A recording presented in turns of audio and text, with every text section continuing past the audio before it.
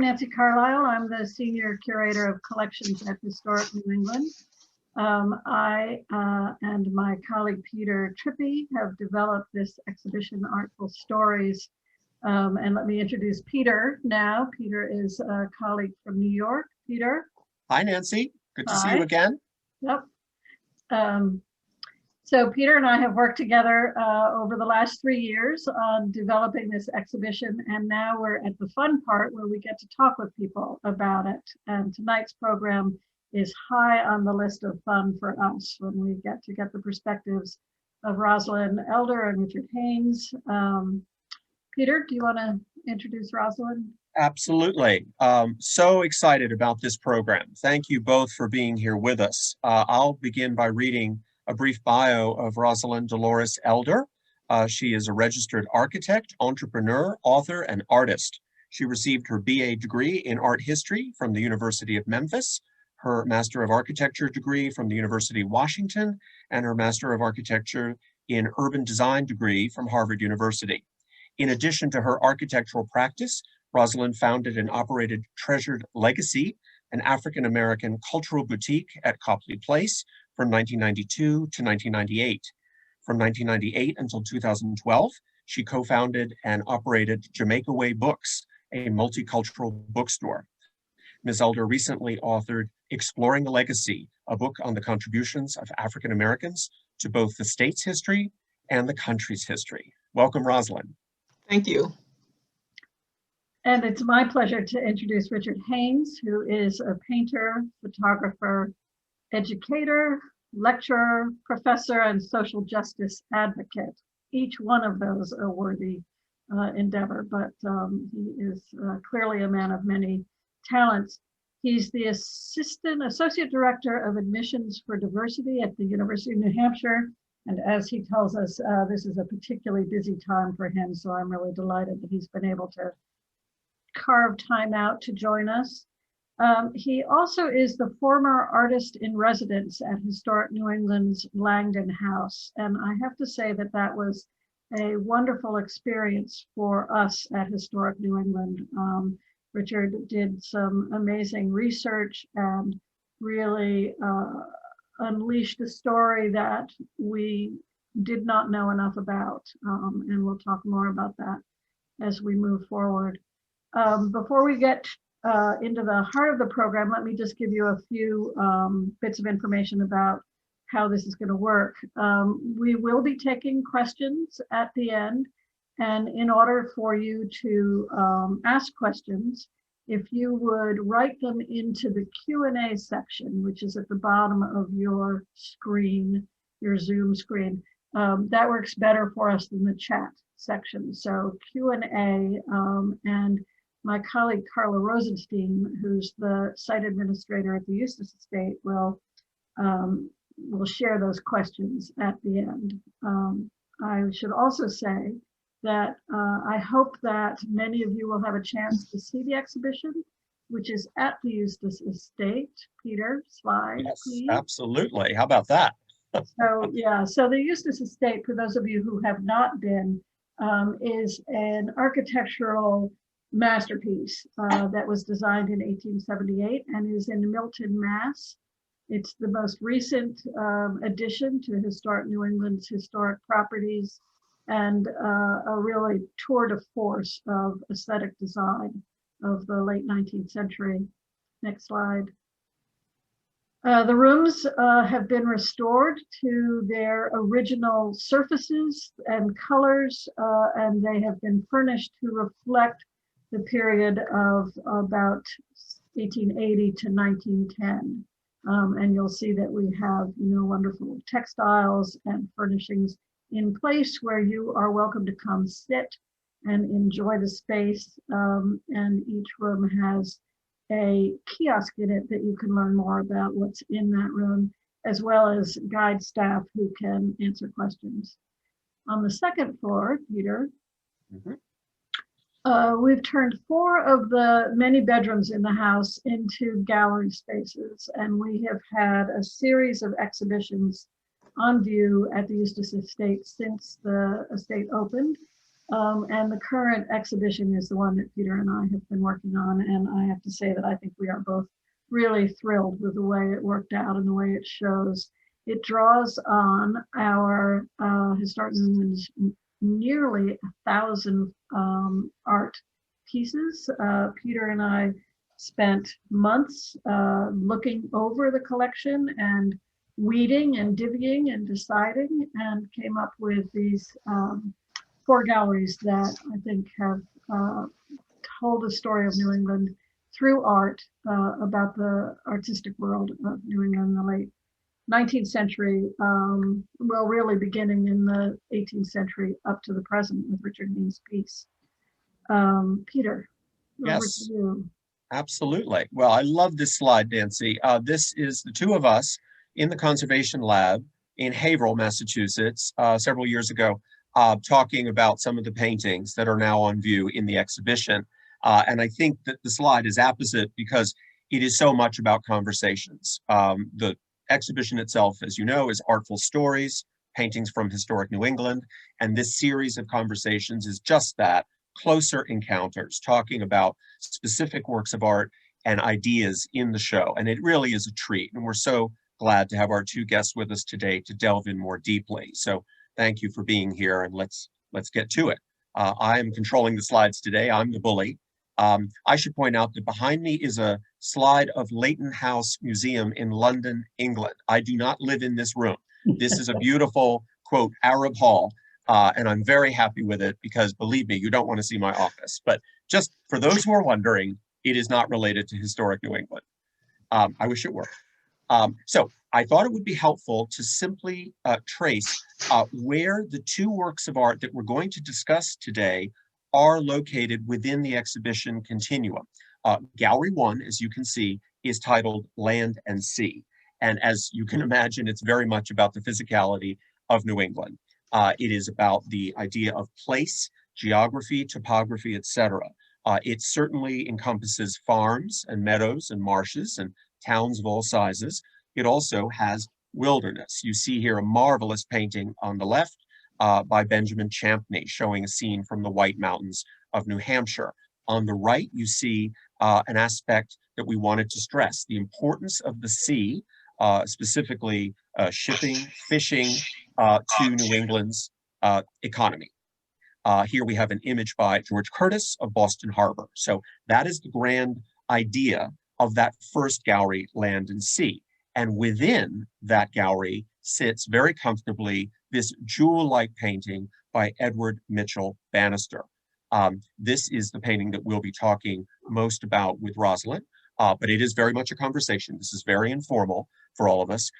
This is a close-up of the picture. I should point out that it probably was painted near Providence, Rhode Island. Bannister, as we'll hear shortly, was a very fine instructor at the Rhode Island School of Design and brought his students into the countryside often to paint outdoors. So this may well have been made at that moment. Now, just to move ahead, if I may, Gallery 3, I'm jumping ahead, is New England's people. For sure, New England would not be what it is without the cultural, racial, and economic diversity of the people who have lived there and live there today. I'll bet that most folks are expecting historic New England to have lots of portraits that look like the one on the right. This is a marvelous portrait of a Boston merchant, John Codman III, painted by the great John Singleton Copley in England, not even in Boston. The Bostonian was visiting England as part of his business affairs. So this is, what you might think a privileged white person who could afford to have his portrait painted. Well, that's all very nice, but we are very determined to show a broader range of New Englanders, and that's why Nancy and I work very hard to comb the collections. You see here on the left an image, a portrait of a Mi'kmaq by Isaac Sprague. This is a Native American from a nation still active and vital in Maine and Eastern Canada. And so we have this image, a watercolor, in the exhibition as well. So within that broad array of works of art, showing the people, and many of them not, elite at all, working class people, people who had to struggle to achieve their goals. We open with a rather unexpected image. This was painted by our friend Richard Haynes, who's with us today. This is an imagined portrait of Cyrus Bruce, and he was a Black man who escaped slavery in the 18th century and worked for a person of great importance in New Hampshire. We'll hear all about this painting by Richard from Richard himself, but I just want to show you, if I may, the property that was mentioned by Nancy before. This is the Governor John Langdon house, a property of historic New England in Portsmouth, New Hampshire. And the door you see there is the very door that Richard Haynes was thinking about as he made his imagined portrait of Cyrus Bruce, who worked in this house. Here is on the right, a portrait of Governor Langdon. We won't spend much time on him, but clearly he valued very highly the services and skills of Cyrus Bruce. And here we have the two pictures together, just as a kind of reminder of what we're thinking about today. I'm now going to advance, if I may, to here, this remarkable couple. Rosalind, could you please tell us more about Mr. and Mrs. Bannister? We'd love to know more about them. Yes, thank you, Peter. This was really, as you said, a very remarkable couple. Edward Bannister was born in Canada, in New Brunswick, Nova Scotia, and he became an orphan probably when he was about, I guess, about nine years old, and he went to live with an attorney in the local town, and it was under the mentoring of that family that he his artistic talents were developed early with his mother. His father actually was a native of Barbados, and his mother was a white Canadian. But they both died. His father died when he was 6, and his mother died when he was about 9 years old.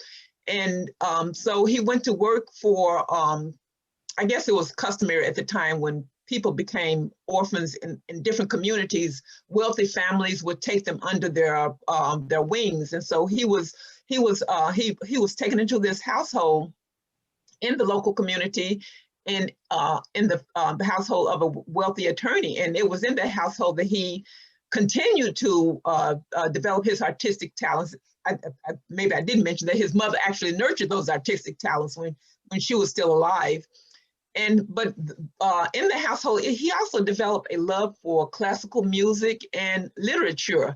So in this gentleman's environment, he developed the aspirations of, the yearnings of being, a gentleman, enjoying classical music, enjoying literature, but he also continued to develop his art. And there were stories that he drew on everything that he could get his hands on. He eventually, he had a brother actually, and the brother had moved earlier to Boston, and Edward joined him later. And in Boston, he worked on ships. He worked on a ship for a while, traveled around, and he even lived in New York for a short bit. And he came back and settled in Boston, where he became a barber.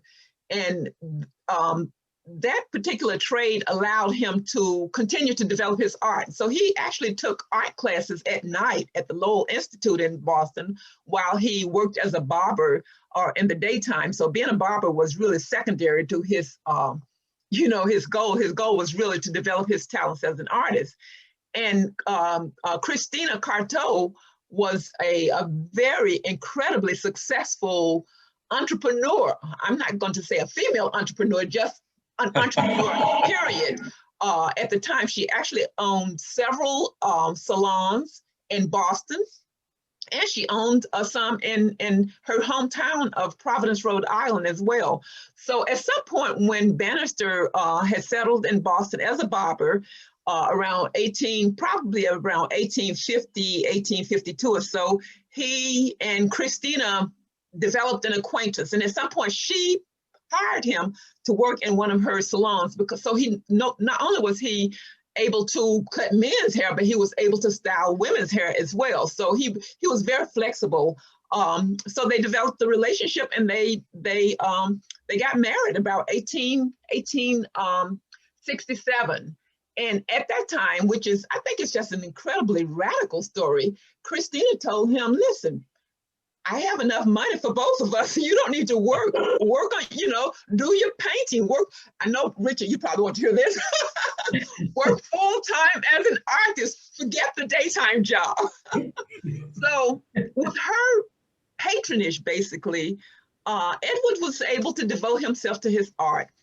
And while he was in Boston, there was a style of painting called the Barbazon School of Painting. It was from France, and it basically was from a group of landscape painters from France that sort of emphasized the picturesque, the romantic, the poetic in nature.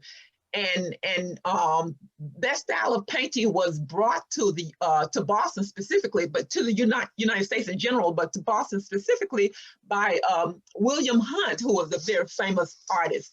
And Edward Bannister became familiar with that style, so he started painting in the style of, the Barbazon school. He did some genre paintings and he did some portrait painting, but he really found his niche as that landscape painter. And it's interesting to talk about his portrait and his genre paintings because it was through Christina Bannister's efforts that Edward was introduced to I guess the Black elite in Boston. And it was through that introduction that he gained entree to those social circles that gave him that client base. And his very first painting actually was sold to an African-American doctor, Dr. William DeGrasse, who commissioned a landscape painting as well as portraits of him and his wife. So, but Edward Bannister realized early on, he didn't feel as comfortable. Not only did he not feel as comfortable painting portraits, but that spiritual affinity that was always with him throughout his life was sort of made him sort of go towards romantic in his painting. So that's why he focused on the landscapes. So the couple actually, Christina was originally from Providence, and they decided to relocate from Boston to Providence I think it was about 1870 or so, that they moved to Providence, and there Edward sort of fell into the local art community. I mean, they really did accept him as one of theirs, and his leadership of that community eventually led to the development of the Providence Art Club, which evolved, actually it morphed into Rhode Island School of Design. So he has really left a legacy with that city and that state that, they really truly appreciate to this day. And I want to just wrap this up with his winning in 1876. While he was living in Providence, he actually entered the 1876, I think it was called the United States Philadelphia Centennial Exposition, which was to celebrate, American centennial at that point. And unbeknownst to the judges, he won his painting called Under the Oaks, won first prize. And I guess we will talk about that later, but this was the first time that it was not the first time, it was the first time a national exhibit like that had occurred. But for that national exhibit, the first prize was won by an African-American male. And I guess I should. These are the stories we love to hear. I think this is so very precious to know about that in a very clear way. Before we do go to the Philadelphia images, I wanted to ask Rosalind about this image, which you had pointed out to us as being worthy of consideration. It's marvelous. How does this fit into his body of work? Well, this was done in 1869. So this is when he is still sort of developing his style. And if you sort of look closely at the brush strokes in this painting, they are very loose brush strokes. The painting is applied in what's called an impasto style, which is sort of a thick application of paint where you can almost distinguish each brush stroke, but the focus was not, trying to distinguish the brushstroke. It was trying to create this massive idea, the idea of this young entrepreneurial, again, entrepreneurial focus I thought was interesting, young boy of color out there sort of trying to make something of his life. But, you know, I also think it's worth noting that, you know, genre paintings, especially, weren't as popular for the client base during that time. I mean, most clients wanted something to really decorate their residences to show that they had arrived. So that would have been either still lifes, landscapes, or portraits of themselves. So genre paintings were something that artists really did to sort of, as a personal expression, but I think that the client base was not as welcoming of those. So this is one of the very few genre paintings that Bannister did. Thank you. That's very helpful. That's a wonderful segue to the next slide, which has to do with collectors, with people looking at art, not making it. Here we have an image of Richard at Langdon House. Richard, I'm sure you remember this moment well. It was a busy time for you. We'd love to hear your thoughts about something that was raised by Rosalind, which is to do with collectors and the public and how people receive your work. Could you talk a bit about that? I mean, you are a very successful working artist. How does that go? So it was amazing because where I left New York, I was a photographer in New York, really doing well in New York as a photographer, editorial photographer.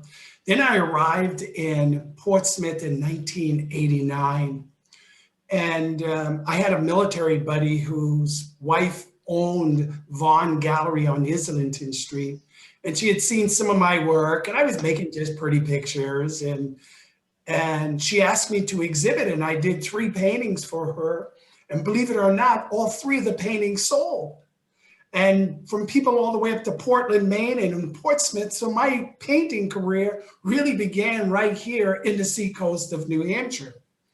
And I started exhibiting in local galleries and restaurants. And before I realized it, I truly had a following from Hampton in Massachusetts, Hampton here, Rye, Portland, Maine, and it just started growing. But you talk about, so we have paintings happening, but then I had to figure out, I was making a lot of pretty pictures, then I had to start figuring out what am I going to do as a subject matter? And that's when life really started happening in the arts for me. That I had themes, I call them series. And the thing that brought me to these series was I wanted to tell my own life story, my story. Who am I? Because the images that I started looking at when the majority of people told story of African American, a lot of it was, especially when you go back and look in the vaudeville era, probably almost about the same time as Bannister, the images weren't beautiful. And I started painting my life story. And it's amazing how people gravitated to the work, starting from looking at the Underground Railroad series, which the Courier Museum just purchased, a series of 10 paintings. Then I started looking at jazz, I started looking at the African-American families, sweetgrass basket makers, and so on. And it was amazing that as I was creating this sort of work, I literally sold, constantly sold. So to me, it was absolutely fabulous. Certainly, it sounds as if these collectors are seeing the authenticity of the art, that it is about you, and they connect with that set of stories, that identity. That's very powerful stuff. I thought we might advance just for a second. We were talking about the Philadelphia Exposition. Rosalind, you were mentioning this very famous World's Fair, the first of real international consequence in the United States. And here is the famous opening day festivities. What a platform for any artist to excel on. This is a slide, I don't want to put words in your mouth, it's somewhat similar to the Winning painting. Is that about right? Well, somewhat. I think the winning painting was a little bit more somber, and just, just a little bit more atmospheric, but it's lost to history. So we have to look at other paintings of that same period. So yes, I think that this would be similar, but even though it's not exactly the winning painting, it shows how Bannister was thinking about art around this time. And again, you see this focus on the sort of I don't like to use the word picturesque, but I think that when you use that word, it evokes certain things for certain people, but other people like to say bucolic or sort of tranquil or serene. It's this emphasis on nature, and the sort of the fact that nature is just a work of beauty in itself. And the whole idea of the Barbazon school is, and not just the Barbazon school, but what Bannister tried to do in his art is he really tried to evoke a mood. He's trying to sort of show this sort of tranquil, peaceful image of nature. Oops, sorry, what happened? No, that's me. That's me. As you're talking about tranquility, my mind went to this painting in the exhibition. Talk about mood, Rosalind. Isn't it wonderful? Exactly. I mean, when you look at that, again, Bannister, he's known for his landscapes, but he often would put people in those landscapes, but they are just a prop to nature, basically. They're never the focal point. They are really holding up the tree. She's not literally holding up the tree, but it's just secondary. She's her this is called Woman Reading Under a Tree, and I think it could be retitled, Pastoral Meadow, on a fall day or something, because what you see the woman reading under the tree, but I don't think that's what captures people's attention. I think it's the idea of this sort of this meadow that is just so peaceful, so calm. It's almost like you want to go there. It really wants to draw you in. And that's another thing that Bannister tried to do. He really tried to evoke a mood with his paintings. Again, they called it Barbazon school, but for me, he's almost impressionistic. Because, you can't really see the details. I mean, you could not identify a leaf here or a leaf there, and even the tree outline is like, okay, but you step back and there's something that's left with you while you're looking at that it's not that tree, or that patch of sky, but it's this overall atmospheric effect that really draws you in and it makes you want to become part of that painting. You really want to be able to escape into it. And I think that really was one of the geniuses of Bannister's work, is that he was able to, and again, because his thing was, and this is jumping ahead to talk about his spirituality, for him, painting landscapes was his way of sort of reaching up to a higher being. And that's what landscape to him was. It was that relationship of God and nature, and how man relates to that particular relationship. And I think you can see that here. I mean, this lady is totally lost into whatever, but I think that if you had her reading in a living room somewhere, that you would not have this effect. Rosalind, this is Nancy. I just wanted to add something about this image, which Peter has pointed out to me, and it is this really brilliant moment in the painting that I think makes the whole image work. And it's that little patch of sky in the upper left-hand corner. And if you imagine this painting without that little patch of sky, suddenly you're feeling a little bit oppressed and a little bit closed in. But just by adding that little opening there, I think Bannister is pulling you in, as you say, really opening up this space and making it feel so powerful. Yes, I agree. Totally. Rosalind, I love also what you kept using the word, it draws you in. And I think he studied photography also. He did. Yes, he did. So what he did was, when he draws you in, he has that dark foreground, then that beautiful middle ground. And then Nancy, as you said, he's always doing that background. So he has the foreground, middle ground, and background, and beautiful use of light. Mm-hmm.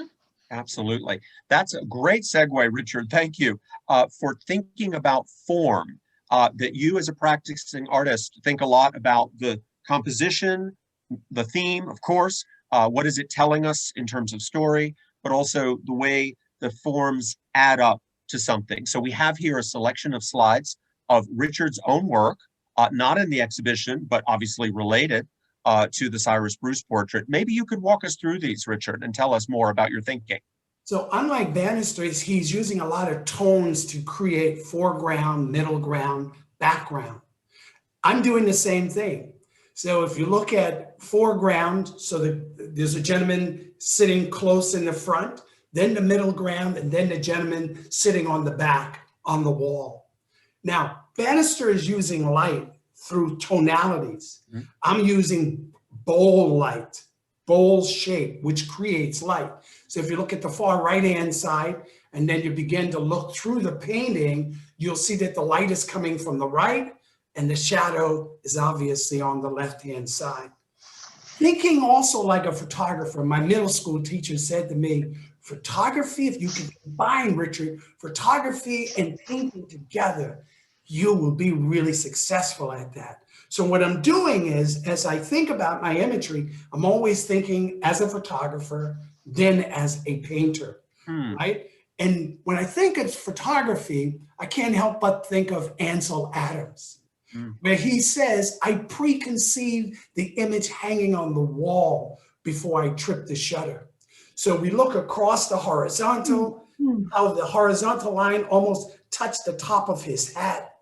We look at the left, or at the left of the image, and how that shoe almost go out of the image area. And if we could have seen the bottom, it's the same thing. So as Ansel Adams sits on his truck and waiting for the clouds to move in to the image right at the right place before he trips the shutter, I'm thinking that way. Pablo Picasso says, I design before I paint. And as I'm working in my images, that's what I'm doing. I'm designing, I'm looking at negative shapes, positive spaces, and then begin to apply color. But content to me is just as important. What is this subject, Richard? What are we looking at here? What this image is saying, it's Jim Crow era, right? We look at the land, we look at the dress code, Jim Crow era. Look at that 7-Up sign. It really sort of brings us into the 30s and the 40s. And what is saying is this is the way life should have been as opposed to the way life was. You would have never seen this many people of color sitting together in a place feeling so comfortable with each other's. And so what I'm doing is I'm thinking of myself as a cultural keeper and a cultural maker. Cultural keeper is keeping an image of the time in which I live in, and at the same time, cultural maker. When people come in and look at the images, they could begin to ask, why not? Why couldn't this have happened? So that's what I'm trying to do in my work. And at the same time, I'm talking about faceless people in society. Thank you. That's very helpful. Let's look at another. Tell us about this, please.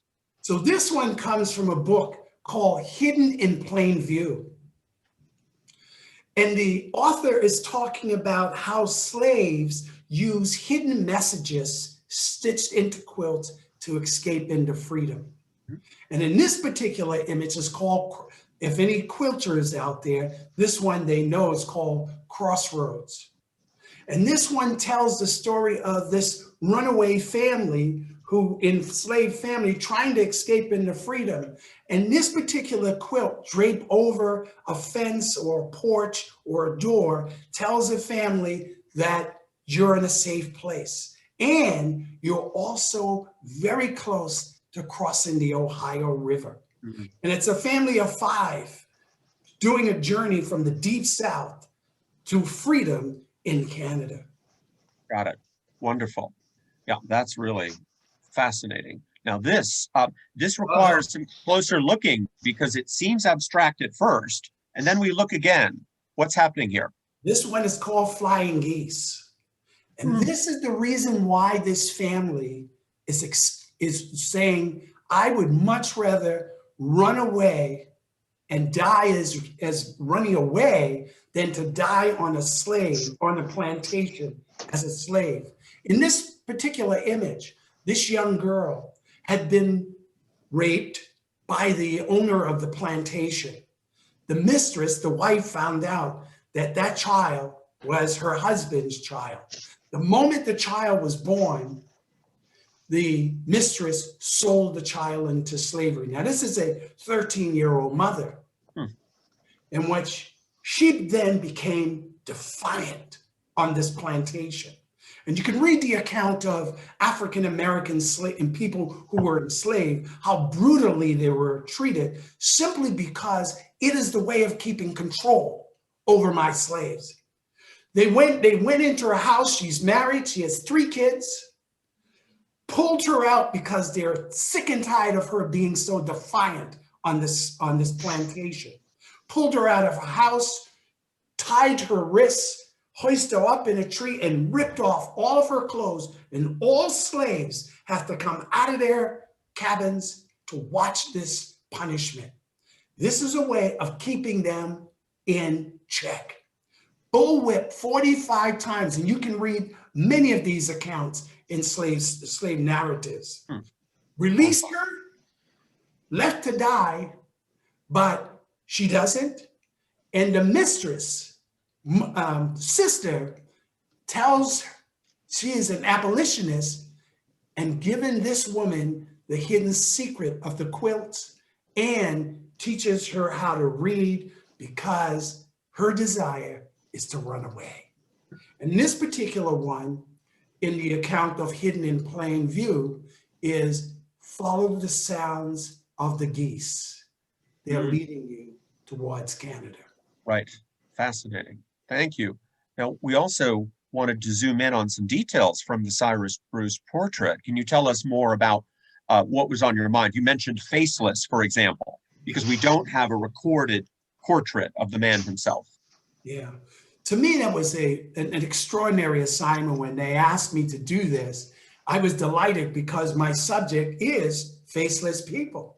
Yeah. And here it is, you're asking me to do an image of Cyrus Bruce. Wonderful, he is faceless, but there information about Cyrus Bruce.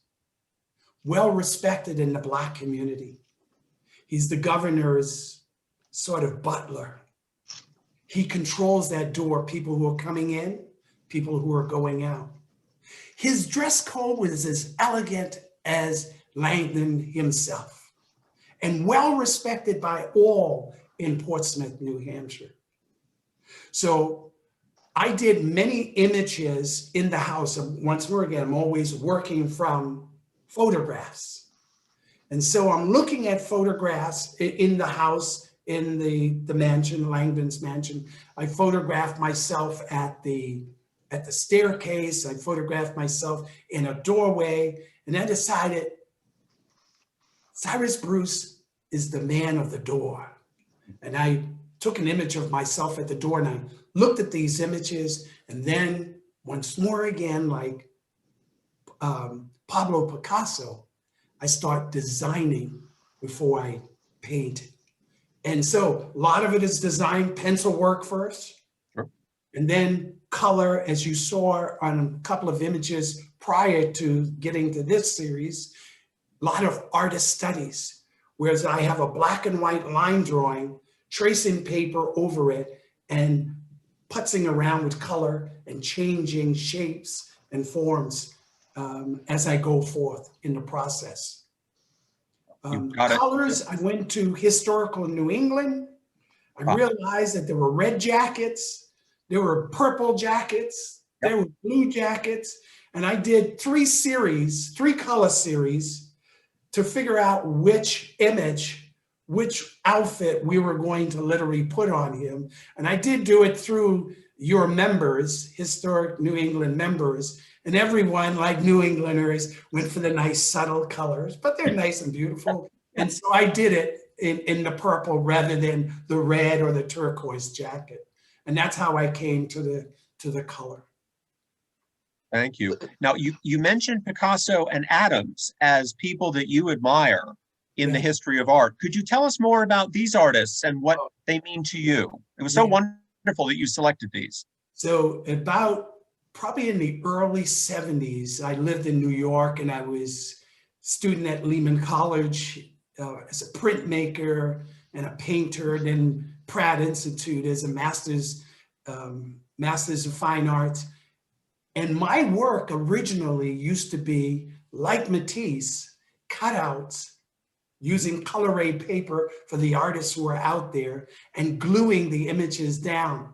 But as you look on that table and that leg of that table, that nice little narrow line would have been very difficult to glue that down and keep it down on the other surface of the green paper.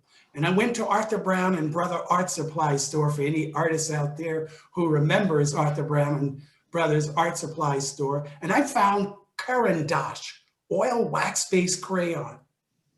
But before I got to all of Matisse, the way the images are simplified, I also saw Milton Avery's work, the simplicity of the flat shape. And I was just floored. I started painting that way. Then I started making silkscreen. My bachelor's is painter and a printmaker, which was silkscreen. And my work started looking like Milton Avery and at the end of Matisse's life.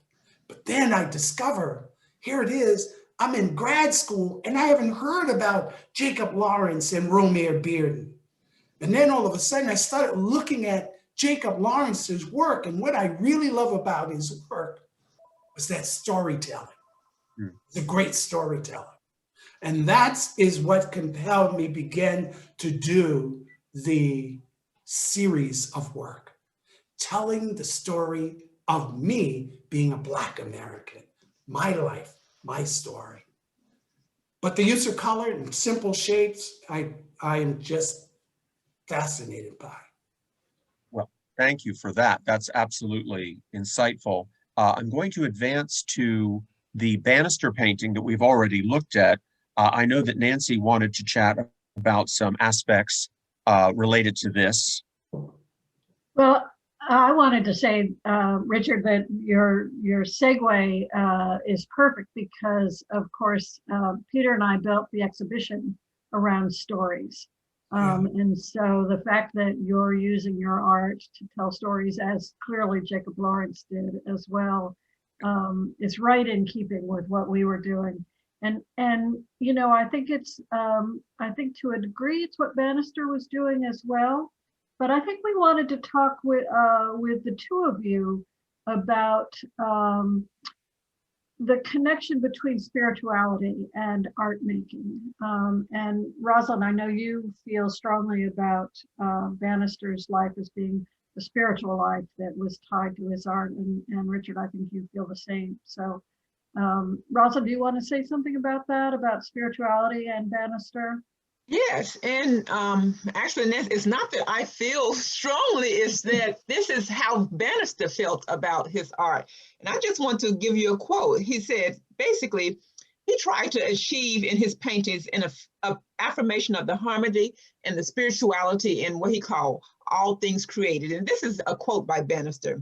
He, the artist, becomes the interpreter of the infinite, subtle qualities of the spiritual idea, centering in all created things, expounding for us the laws of beauty, and revealing to us the glimpses of the absolute idea of perfect harmony. So he's telling you that for him, that spirituality is like nirvana almost, that he's trying to achieve through his art. He sees the idea of, and he was a very spiritual man, actually. He actually passed away while attending church. And you know, it's like, that was the place that he really felt a high level of comfort with, and a comfort when he was there. So for him, it really was never about the painting. It was about that higher calling of how does he create this spiritualness on the canvas of nature. And he was trained as a photographer, as you were, Richard, but for him, it wasn't about photographing nature. It was about recreating that spirituality in nature. So yes, it was a very important aspect of his life and his career development. And Richard, Yeah. what about you? So my spirituality in the arts, as I said earlier, that I was just sort of creating pretty pictures.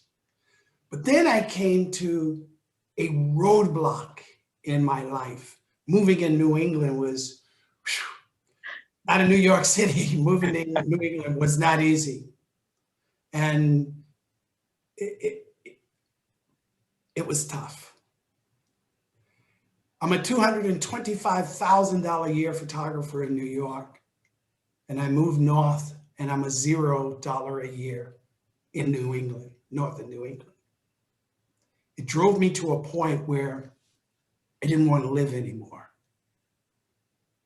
I was just making pretty pictures, and I was going to check out. I went to a wedding, hundreds of people on the floor. And this woman minister nudged me on the shoulder because this was a Saturday. Sunday morning, my wife knows how I love going to the Museum of Fine Arts. And I was going to get on that road, take my seatbelt off, and slam into an overpass to end it.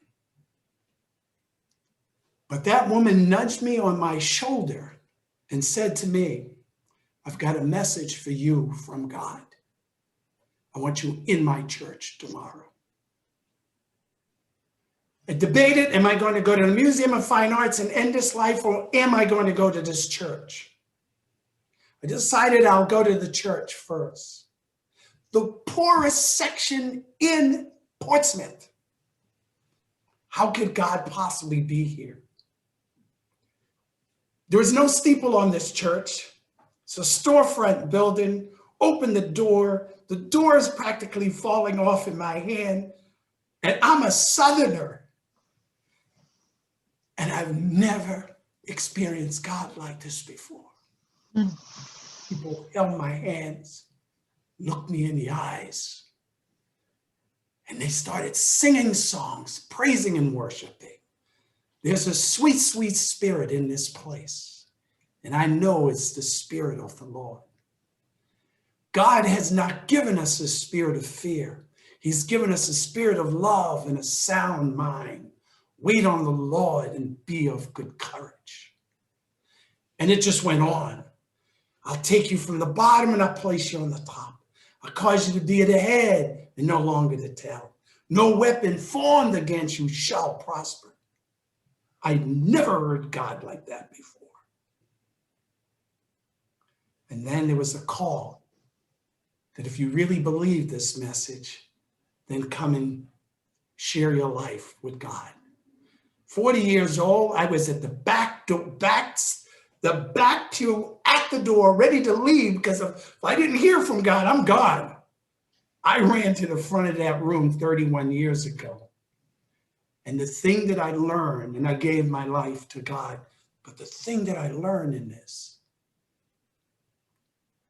I said, if I am educated and this poor, then what's happening to the uneducated and poor? That is the call of Isaiah. Here I am, Lord.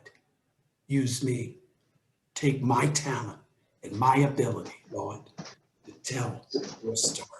And that's what I believe that I'm doing. I'm telling the story that God provokes me to tell. The new series of work that I'm working on right now is all circular. Because if we think that what's happening here in America is not happening all over the world, just turn on the news tonight or 11 o'clock tonight. and see what's happening in the Middle East to immigrants and migrants and refugee camps, flooded, ice, canvas homes, children raised in this. We are in, for me, my thinking is we're in spiritual moral decline. And I'm using my art as a cultural keeper and a cultural maker to hopefully that when people come to my exhibition, they could change in the way they think about the world. How do we become the best individual us so that we are the best for the world? There's a spiritual quote. And that spiritual quote is, I'll make you a blessing so that you are a blessing unto others. And I like to believe that's what my work is about. Blessing others to see different in the world. Thank you. That's very eloquent. I myself see a powerful sense of empathy in your work, Richard, that, no matter what the subject, I sense that there's caring across time, that these are immediate and whatever the shape may be. I'm fascinated by the idea of the circle. Thank you for letting us know that that's underway. Also, the importance of the color in my work. Hope. When there seems to be no hope, the color brings about hope. Absolutely. Brings joy. If I may, I'm going to advance to a related picture from Bannister. Rosalind had selected this, and we'd love to hear why. I have my own thoughts about Swaleland, but I'll let her speak first. Yes, this is actually was painted, I want to say 3 years before Bannister died. And in this, you can see how his style has sort of evolved from a woman reading under a tree to this landscape that's now is not as picturesque as woman reading under a tree. It is a bit more moody. I think it is sort of more, it's sort of drawing, tugging at your emotional strings a little bit more. And something that's interesting about this particular painting is that in most of Bannister's paintings, if you look at them, even though the human figure is an adjunct to that, it's still there. And here he's now sort of taking the human figure out. And it's almost like the human figure is not needed to really center this painting around humanity. It is really about, again, nature and man being one, to the point that you really don't need to identify the human figure. You just, you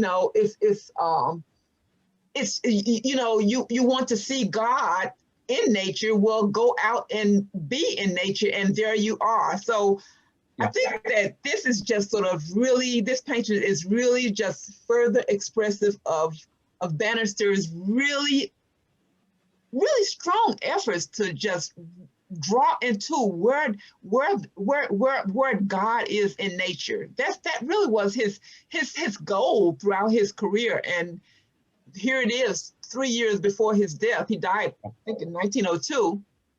He's really pushing it, just continuing to push toward that. He looked at the clouds. Cloud formations were very important in his painting. It was almost like, between the clouds and the trees and the landscape in the foreground, everything is sort of has an identity that's tying together.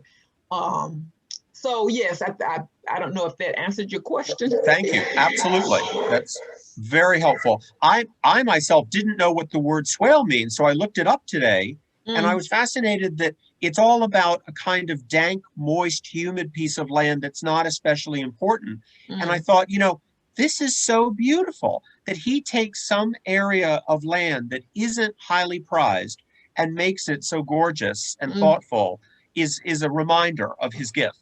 Yes. And everything you said, right on. I really feel that I didn't know this picture until you selected it. I'm so glad you did. Thank you. Thank you. Nancy, I'm going to advance to a slide that I know means a great deal to you. Yeah, I'm so touched by both Rosalind and Richard's discussions tonight, and I think that both are pointing out the powerful and transformative nature of art, and how at its best art takes you to a place you're not expecting. And for me, this little portion of the exhibition took me to a whole different place than I was expecting. And these are all paintings that I knew well. Peter and I had worked with them for a couple of years before hanging them in the galleries. I particularly know that painting in the center well. It's one that I had used in an exhibition in 2003 and written about. It hangs at our Sayword Wheeler house. It's definitely one of our treasures. But when Peter and I were talking about the stories that we wanted to tell, of course, what we wanted to tell in the gallery devoted to people was stories of people who are not necessarily those of great wealth. And yet what you're seeing in the middle is a woman of great wealth. By placing her between Richard Haynes's figure of a former slave and a slave ship captain, the man on the left, we're putting her in a new context that I knew we were doing, but it impacted me in ways that I didn't expect once we'd done it. So Sally Sayword came from a house in York, Maine, in which there were enslaved people working. And here you see her as this beautiful, sweet woman who lives clearly a life of leisure. Well, that leisure is on the backs of Prince and Cato and Dinah, 3 enslaved workers in her household. And she no longer looks quite so sweet to me. And once I saw her on the wall between Richard Haynes and a horrible, horrific slave ship captain, those men were the worst of the worst. All of a sudden, that new context reshapes my understanding of Sally Sayword, painted by Joseph Blackburn. You know, again, these are the sorts of portraits that we've seen for years and years. A lot of museums now are telling the story of these people who lived and benefited from the work of unpaid slave workers. But it wasn't until I saw this particular grouping that I had an aha moment, a wake-up moment. I had known the facts, but I didn't feel the facts until I saw them on this wall. Thank you. Peter, can I just add Yes. something, since we're looking at these 3 pictures, and I just realized, I didn't just realize, but you know, it's interesting that Richard painted Cyrus Bruce as, he didn't show the features of it. And what, you know, I don't know if Richard realizes it, but also Gore in Waltham, there was another African-American who was a head butler, if you want to call it, of Governor Gore's mansion in Waltham, Gore Place. Now it's a historic site.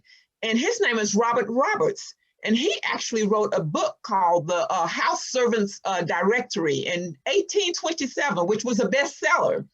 And it basically gave instruction to people who ran households for gentlemen or, you know, major households as to how they should conduct themselves and run the household. So Cyrus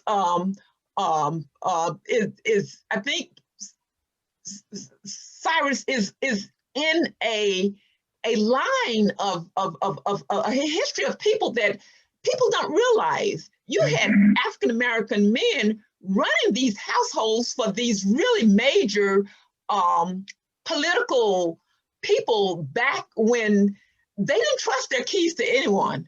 You know, that was a major responsibility, a major point of pride, a major level of being up there on the social scale to say that you were basically the head butler at one of these prestigious households. So it was Cyrus Bruce, I'm sorry, Robert Roberts, and you know, there are probably unnamed others that we don't know about that, and whose pictures don't remain, because those are not the pictures you see as the toothpick portraits on the right of the screen here, because these are the people who had the households, but the people behind the scenes, so to speak, who really ran those households, they remained sort of their faces were not documented to this point. And I just think that's an interesting reflection on society of, you know, people in charge, but their face was not documented to the same level. Yeah. Richard. And I just thought making, you know, I was sort of happy I didn't have a face, because once more again, it confirmed my fact of making the invisible visible. And even if we just saw the way, if you look at the way he stands at that door, the pride that he takes in himself, the dress code, you know, it's not the poor old me. It's, I feel good about who I am at this moment. And that's the image that I wanted our young children to see, that there's pride and dignity in this man. And yes, there's got to be a lot of pride and dignity in him to being able to say, I'm in charge of this door. I am it. Think about how bleak those days were. Yeah. You know, Richard, what I love about this is that, as you know very well, but probably not everybody who's listening knows, is that Cyrus Bruce was written about in the Portsmouth newspaper for his dignity and his dress, right? Well, I saw a little bit of information. It's very little written about him, but those are some of the words that I heard about or read about that caused me to give him such an image. Great. Well, Nancy, I wonder if we might look at some questions coming in from the audience. I think that's great. A great idea. Let's give that a shot. And I think we were going to ask Carla to handle the question. So Carla, if you're with us, can you? Yeah, I'm here. No. So we have a question from Candelaria. She says, talking about the Bannisters, what an incredible example of Black love and marriage. And a question for you, Rosalind, is are you planning to write a book about them? It feels contemporary as much as it is historic. It would have a lot of relevance and serve as inspiration today. And I guess my answer is, I don't have it on my immediate schedule to write a book about them, but I agree with Candelaria that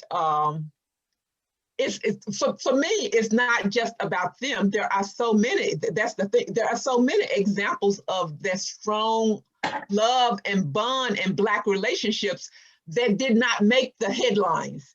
The headlines that people usually saw were, you know, lifestyles and imagery that sort of depicted a more bleak and desperate and negative side of Black life. But you know, if you look beyond those headlines, there is so much out there of Blacks celebrating, you know, who they are. I mean, Mrs. Bannister, she, you know, Edward Bannister was not really political per se, but his wife was political, so political to the point that she raised funds for the Massachusetts 54th Regiment when the case of a disparity in pay came up, where the Union Army was paying the white soldiers $13, no ties, nothing restricted.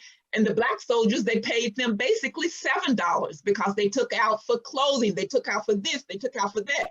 That the net pay was actually $7 for the Black soldiers. And that led to a protest that lasted for 18 months. And eventually the government, mandated equal pay for all soldiers. But Christina led a fight to raise funds to give those soldiers those funds until that legislation was passed. So she was really very political, and Edward Bannister supported his wife's politics. I mean, but he wasn't a political person, but they worked together. So when she gave fairs to raise funds, so Edward Bannister painted a picture of Colonel Shaw, who headed the Massachusetts 54th Regiment, as part of one of the fairs that Christina organized.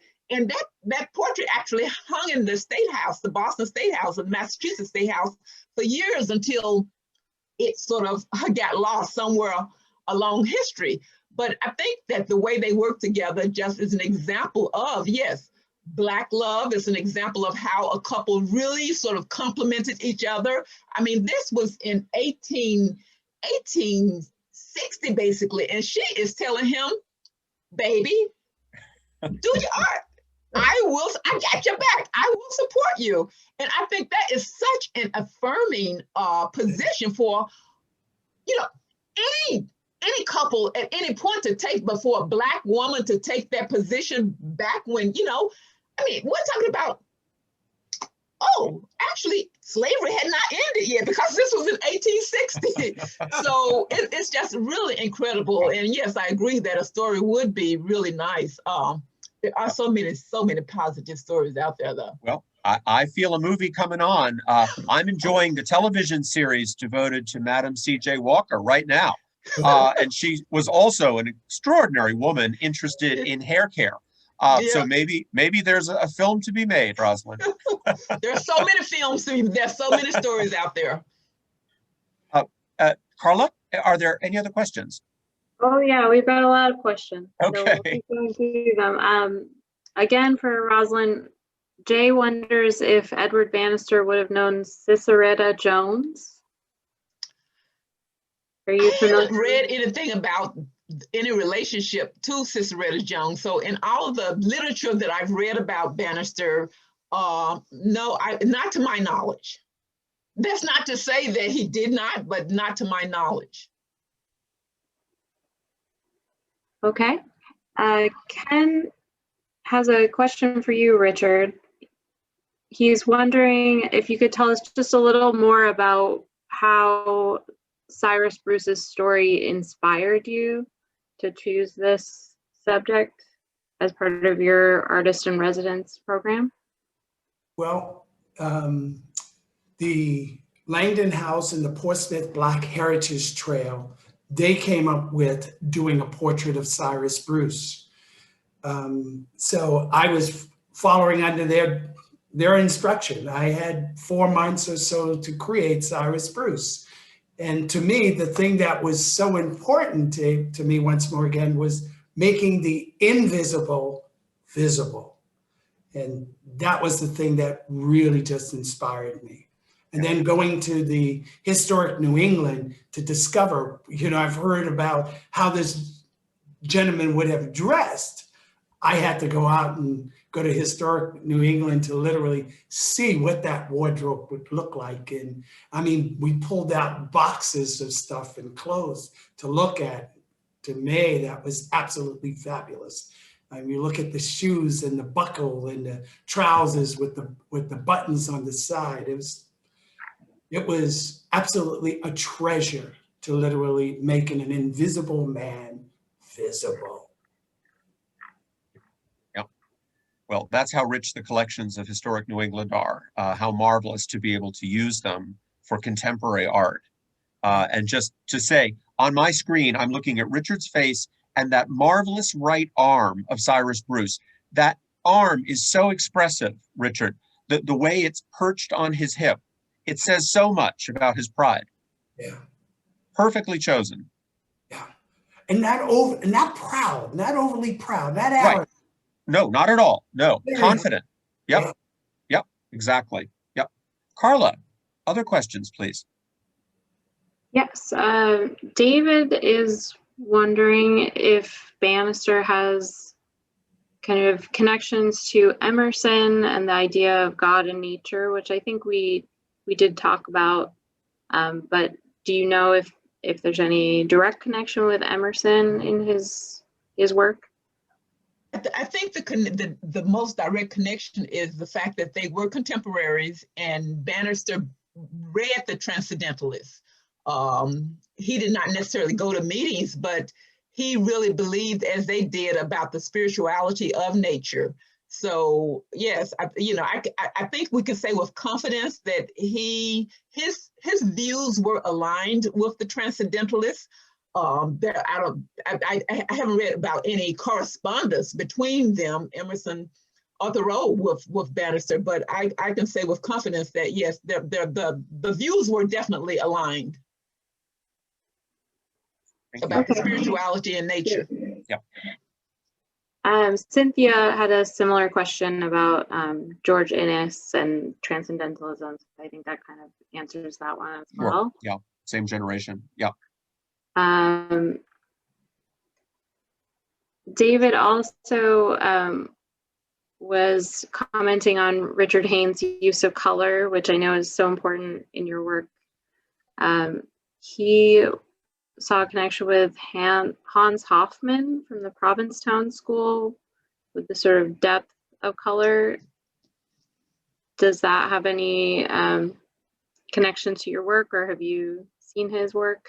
I've not seen his work, but color for me is definitely Henry Matisse. I just love the use of complementary color. So, and even when I was teaching, and I had a teacher who would literally talk about the use of, if you're going to use a yellow, make sure that the purple balance the amount of yellow you're using. If you're going to use a red, make sure that the green is balanced. So I'm always working in using complementary color, except for the new series of work. And you could see it on Instagram, artist Richard Haynes on Instagram. The work, the color that I'm using there are the rainbow color, which is the diverse color. Talk about diversity, but I love color. Great. I'm going on Insta tonight. And this is crayon, believe it or not, on paper. So it's not paint on paper, it's crayon using 300-pound cold press watercolor paper. And just rubbing the paper until all the pores are filled in. So it looked like silkscreen. Most people would walk into my exhibition and think it's silkscreen, but it's really a Caran d'Ache crayon on paper. Great, can't wait to see it. Carla? And Richard, a number of people just were kind of thanking you for your powerful story and talking about your experience with the power of faith and those types of things from that story. Just so you know, there's several people who commented on it. And then we had 4 comments about the Swaleland painting. So I don't know if you wanted to go back to it and so that it's on the screen again. Sure, absolutely. It's here. Yep. So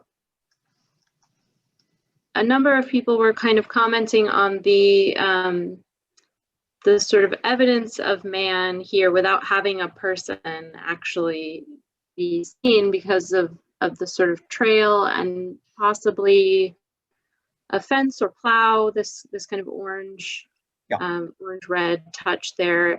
So just, is there anything else you want to kind of comment on that? Any sort of symbolism to that trail or gate? For me, yes. I mean, man is this is a landscape that man has been part of, but again, for me, it's such an incidental part of the landscape. It is almost it's just an incidental part of the landscape. I think he's trying to make more of a point. Yes. To indicate through the trail, and the red gate specifically sort of, probably jumps out as much as anything in this particular landscape jumps out. But again, I think that I'm just reading a feeling of just being in this somber landscape where you can get lost in the mood and the atmosphere of the environment. Thank you. Absolutely. Yeah. Thank you, Carla. Okay. Yeah, Anything and we else? have one more Yep. question Okay. for Richard. If you could speak if there's any significance to the shadows on the doorway in the Haynes portrait. So I'm sorry, in the Cyrus Bruce portrait that you had done. yeah. Right, there it is. Originally, and I did something in here that's really unusual also, and that is given Cyrus Bruce a nose. Normally, there's no facial features at all, right? Because when we think of this typical stereotype of African-American features, it's broad lips, broad nose, and I'm erasing that. Just look at us as human beings, just characters, spiritual being. So the reason why I put originally the shadow wasn't there, and it was very flat. And I decided the sunlight is coming from that direction, right? From the left of the picture in. And I just thought it sort of like gave him depth, gave it very much like Bannister, foreground, middle ground, then background, which is the door. So it was the reason why I did add the shadow. It just gave it more life. Thank you very much. Carla, thanks so much for reading off the questions. We really appreciate the feedback of the audience. We hope that you'll see the exhibition if you haven't already.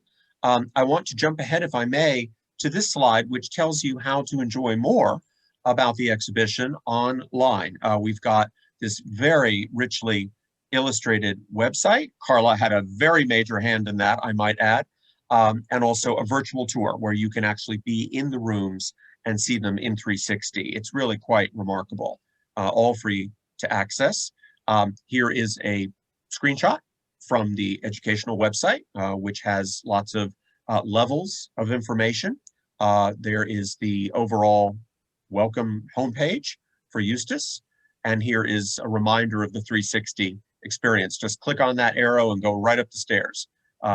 Obviously, there's nothing like being there in person, but this is a very good second and something you can go back to again and again.